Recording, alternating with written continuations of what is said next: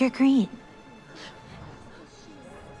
I am. Welcome to MsMojo, and today we're counting down our picks for the most wickedly comical moments from Wicked Part 1. We wouldn't want anyone getting steamed here, so if you haven't seen the film yet, this is your spoiler warning. Well, it seems the artichoke is steamed. Number 10. Elphaba and Glinda meet the wizard. Elphaba's finally getting her chance to meet the wizard. The wizard will see you now! The tension is palpable as she and Glinda walk through the palace halls, but it's nothing compared to what's ahead. We'd be lying if we said Glinda wouldn't have her work cut out for her if she had to stop us from making a run for it too. What is that sound?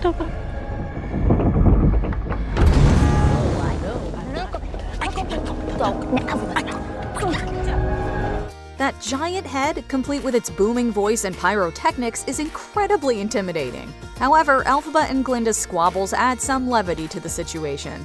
Who are you? And why do you seek me? Elphie, say something. Say something. You're not supposed to say anything. Say something. Say something. Soon enough, the wizard reveals himself as just a man. A man who apparently can't make out faces from behind the curtain. But we gotta ask, how many green people does he know? Sorry about all that. I didn't mean to startle you. You know, when I'm back there, I cannot make out people's faces. Number 9. Glinda gets on board. Before any of that can happen, first the friends need to get to the Emerald City. Elphie! Elphie, the train is here, and I came with the cutest little man with a mustache. You gotta see him. Initially, it's meant to be a solo journey for Elphaba while Galinda joins her classmates to see her off. Yet as the train starts to pull away, they share one last sweet moment, leaving Elphaba thinking this trip might be better with her friend by her side. Oh, wait! Oh, excuse me. Oh. Elphie, here. I forgot to give you this. Oh! Bye! So she invites Glinda to join her for one short day in the Emerald City. Although Glinda starts off humble, not wanting to steal the limelight, it doesn't take much convincing to change her mind. Knowing that Ariana Grande totally ad-libbed the line only makes it funnier. Come with me! What? To meet the wizard!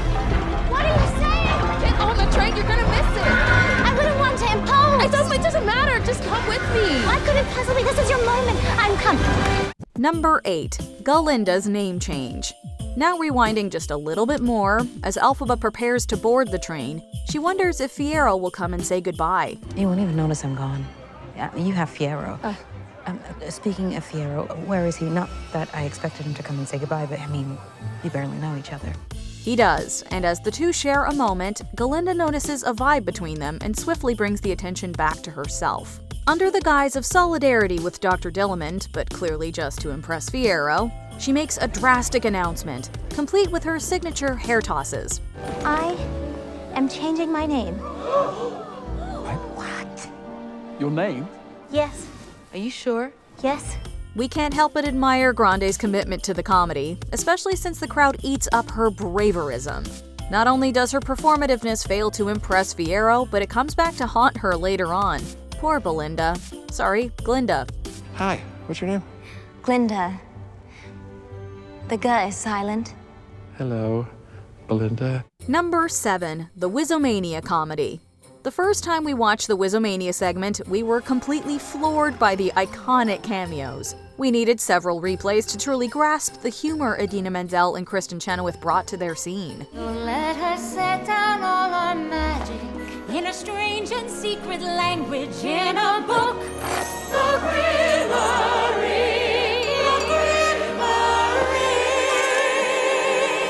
As the wise ones, they spend most of the time trying to outshine each other, perhaps a cheeky nod to their so-called rivalry back in the day. The creators sprinkled plenty of Easter eggs for fans, too, from Chenoweth's signature operatic soprano to the battle cry that started it all. Stars which had been sad and blonde will sing a joyous. We also caught a little hop from Chenoweth and a small wand malfunction that took us back to her popular days. Their cameos end sweetly with their film counterparts, but not before one last sassy moment from Chenoweth. Now every Ozian raise a voice and sing, and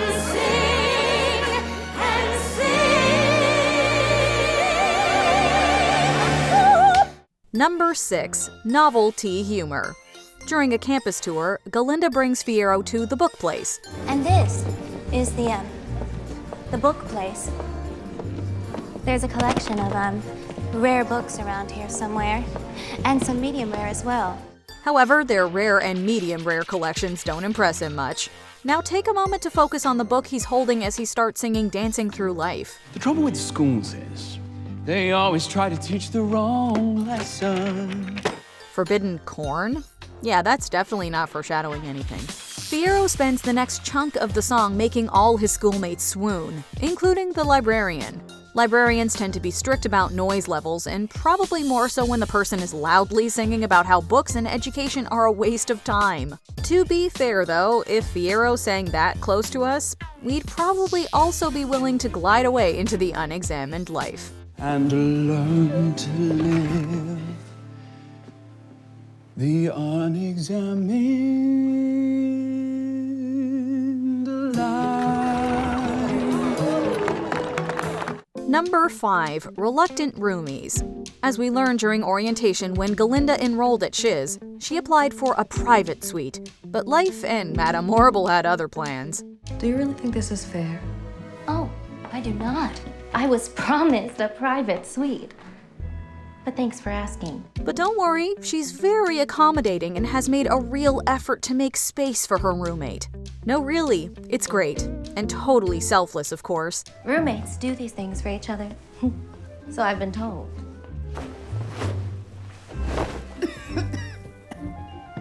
And in return, perhaps you could, let's see, put in a good word for me with Madame Horrible? And Galinda isn't the only one who knows how to compromise. After she makes a big show of how much she enjoys air after Elphaba tries to shut the balcony door, Elphaba accidentally stumbles on a fix that will keep them both happy. There. Enjoy the air. Despite this rocky beginning, both vow to rise above it. Or at least that's what they tell their parents. Unusually and exceedingly peculiar and altogether quite impossible to describe.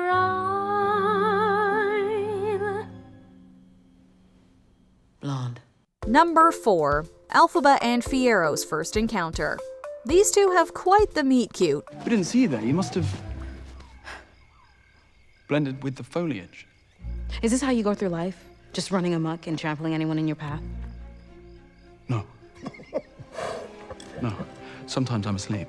We imagine Elphaba is quite used to defending herself, so by the time she docks at Shiz, she pretty much has her whole introductory spiel nailed down.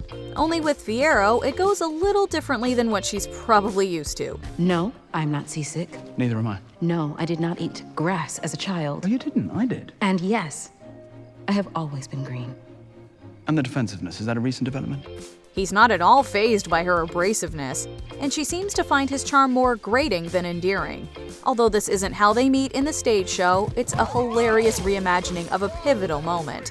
Fiyero tries to crack one last joke as Elphaba walks away, only to receive a rather curt reply. I'm off for some more trampling. May we offer you a ride? No thanks. Get stuffed. Wow. Fellas, but we have just been spurned by a girl. Indeed. Guess it's the first time for everything. Once again, we're sure that's not alluding to anything. Number 3. Almost anything Fanny says. As you may know, Bowen Yang actually improvised many of his lines. I was trying to be nice. You're so nice and good and Did I do something bad? How did that come across? I don't see colors. According to the actor, that wasn't his intention going in, but it was the one director John M. Chu apparently chose for him, and Chu clearly knew what he was doing. Practically everything Yang says as Galinda's friend Fanny has us laughing out loud. And we're all here often? Could I ask you? Anything. Anything you want. Just to move out the way? Absolutely. Yeah, that's anything.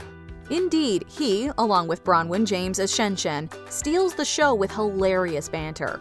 From Fanny's first interaction with Fiyero to defending Galinda's efforts to help Elphaba, Yang always manages to hit the comedic mark with perfection. We can't wait to see what other gems he's come up with in part 2. Hi. We should go. Yeah, we have to go rouge our knees. Do it. Yeah. Super rude. Right. Bye, I do it every Elphaba. day. Love you for the shoulder pad. Okay. You just always look just a joy. Good, joyful. Number 2. Galinda's wand troubles. One of the film's funniest moments is during Popular, when Galinda teaches Elphaba a few flounces like her signature hair toss. Toss, toss. Toss, toss. That's a choice. If you thought that was funny, be sure to check out the deleted scene. However, the most hysterical moment comes when Galinda, who got her wand just 20 minutes ago and hasn't yet had a single sorcery lesson, tries to turn Elphaba's throat into a ball gown. Next, I'm gonna transform this simple frock/coat, this simple throat, boop, into a magnificent ball gown. Ball gown. In an interview, the actors revealed that Grande improvised the entire sequence. Cinematographer Alice Brooks also shared that they had so many takes of Grande's wand libs, each funnier than the last, that they weren't sure how they'd narrow it down. We'd love to see what didn't make the cut.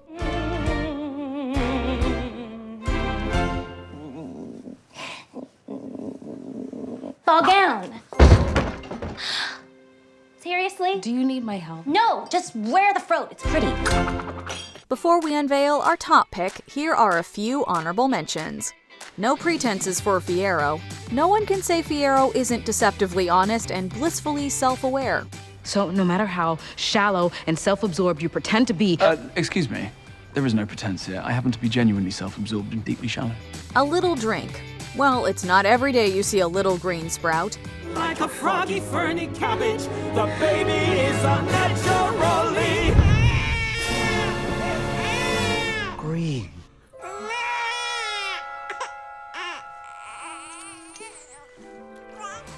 Give me my leg. Even during times of peril, Glinda can't help but be charmingly hilarious. Give me my leg. Give me my leg. Galinda's application essay. Clearly a question Oz's philosophers have been debating for all ages. This is about my application to your sorcery seminar. Perhaps you recall my essay? Magic wands, need they have a point? Fiyero's been thinking. So we've heard. I've been thinking. Yeah, I heard. Before we continue, be sure to subscribe to our channel and ring the bell to get notified about our latest videos. You have the option to be notified for occasional videos or all of them. If you're on your phone, make sure you go into your settings and switch on notifications. Number 1. All of Popular. It would be impossible to pick just one moment from Grande's performance during Popular, so let's go with a whole number. Popular. You're gonna be popular. I'll teach you the proper poise when you talk to boys, the ways to flirt and flounce. Ew. Actually, let's start a little before when she has a right strop over Elphaba's secret. Yet once the song starts, we see the full brilliance of Grande's comedic talent. She turns the classic take off the glasses makeover trope on its head, and her exaggerated flounces throughout have us cracking up. Never mind. Yeah. Okay. Gonna put these right back on here. From her hilarious ew while pointing out Elphaba's shoes to her emphatic declaration after Elphaba chimes in, Grande makes the song her own while honoring the comedic legacy of past Galindas.